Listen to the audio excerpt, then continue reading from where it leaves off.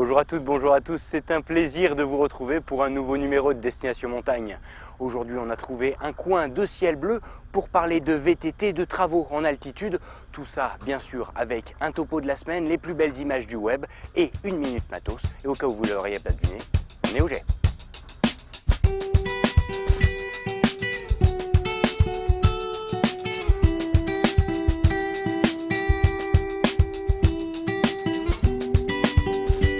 Frozen belt of Orion laid out on the desert floor,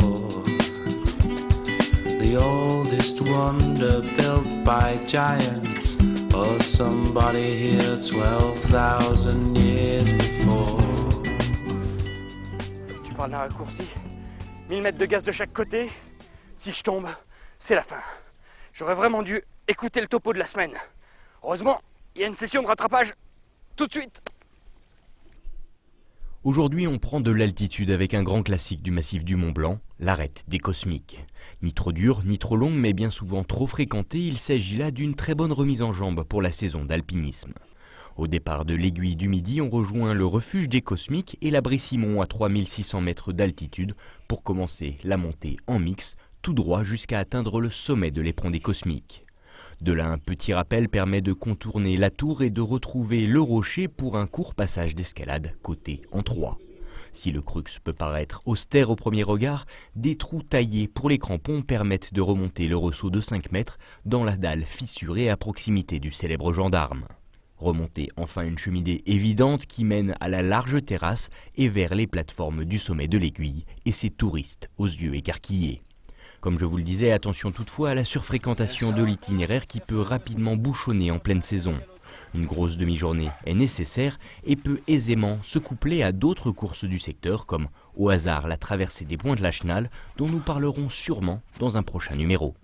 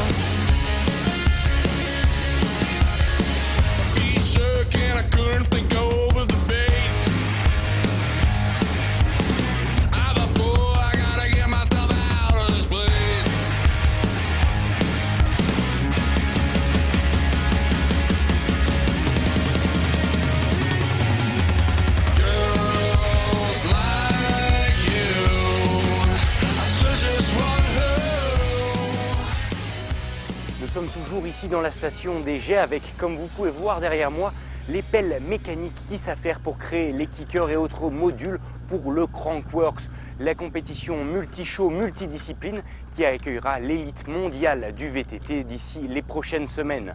Nous, en tout cas, on va partir sur un autre chantier du côté de Passy. C'est en ce moment et c'est le dossier de la semaine.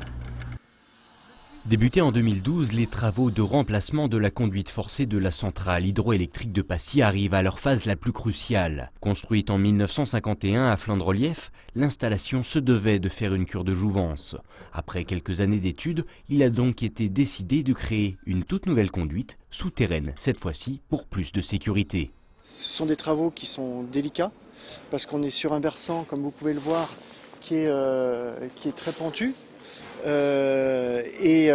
Travailler à proximité d'une conduite forcée en exploitation, c'est pas possible pour des raisons de sûreté. On ne va pas prendre le risque d'endommager une conduite avec des répercussions en aval. Il ne faut pas oublier qu'en aval, on a la RN 205. Après le forage vertical de 230 mètres raccordant une galerie en pente douce de 380 mètres, l'installation des tronçons a donc pu s'enchaîner.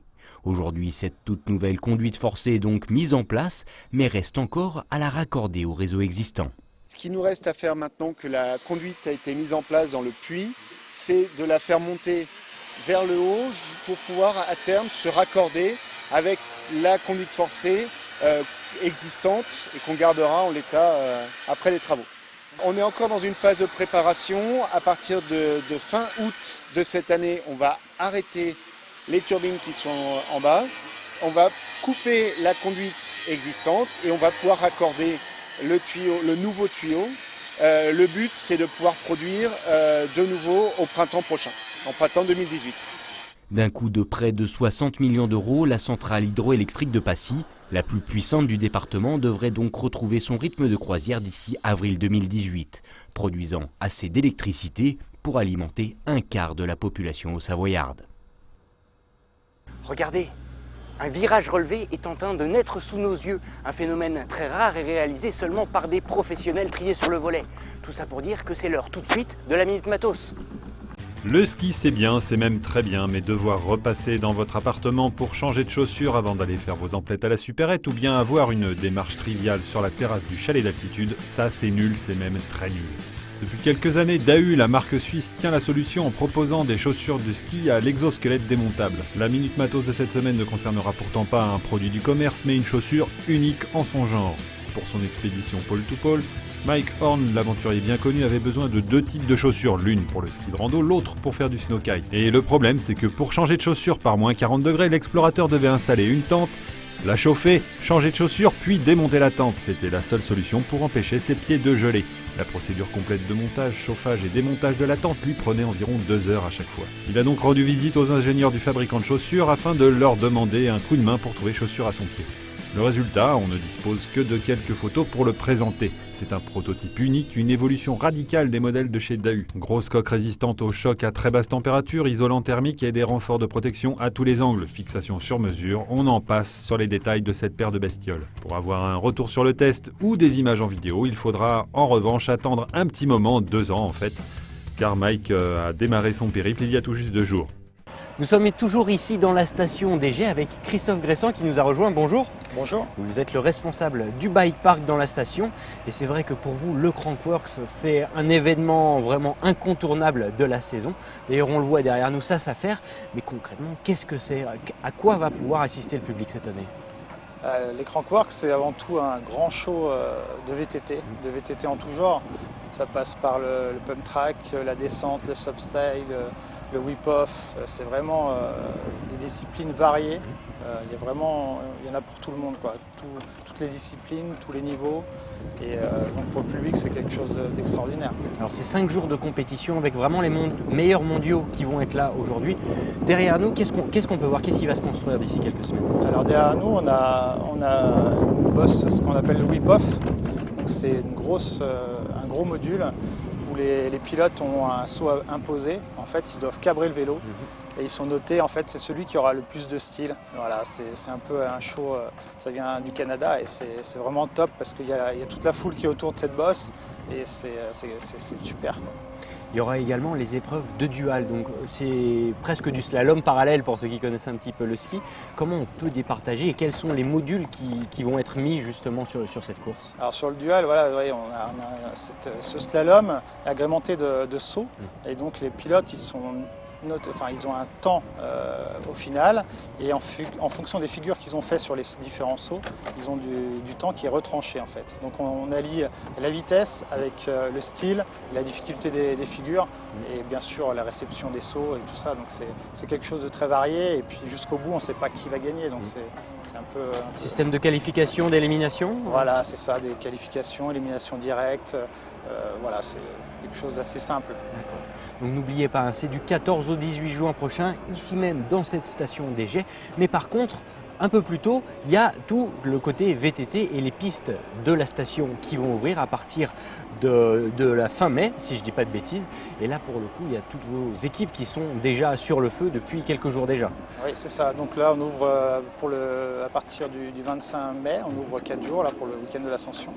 Donc on a 8 personnes qui ont attaqué déjà depuis une dizaine de jours pour tout préparer, remettre en état, refaire les passerelles qui ont pu être abîmées par rapport à l'hiver. Voilà, on rebouche les trous, on lisse les virages, quelques petites améliorations. Voilà. On garde plus ou moins les mêmes bases que les années précédentes sur les tracés de piste? On garde les mêmes bases, voilà, et on améliore des zones où on fait des nouvelles pistes. Voilà, on part toujours sur de la réflexion pour que ça soit vraiment plus lisse possible, le plus fluide possible.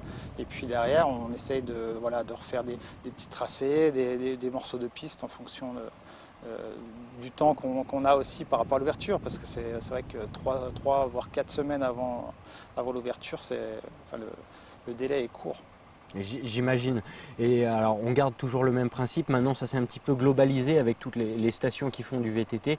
Le même principe que l'hiver, les pistes vertes, les pistes bleues, les pistes rouges, les pistes noires. C'est ça, on a une graduation comme l'hiver, basée sur l'hiver. On a donc la piste verte, bleue, rouge, noire. Et par contre on a une double noire, ce qu'on appelle, vraiment c'est les pistes élites avec des gros sauts. Des portions de descente qui sont vraiment engagées avec des pentes raides.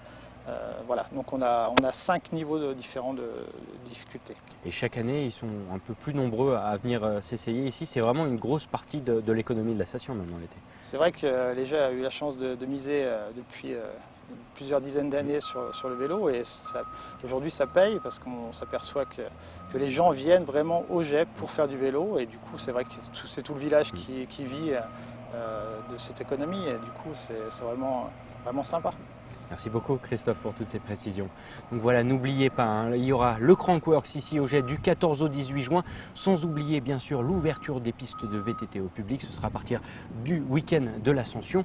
Destination Montagne est maintenant terminée. On se quitte comme chaque semaine avec les plus belles images du web. Nous on se retrouve très bientôt sur 8 Mont Blanc et d'ici là, prudence en montagne.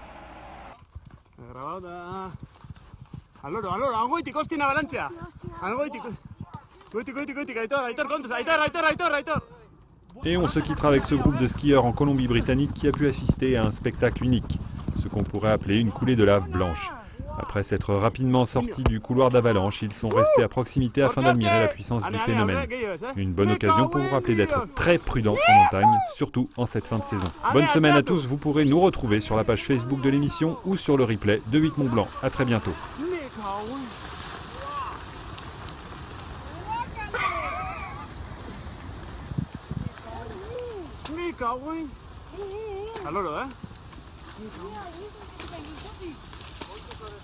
Alucinante.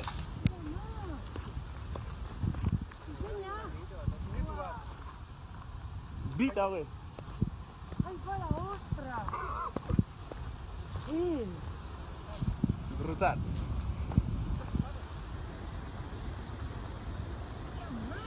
¡Ey, torre!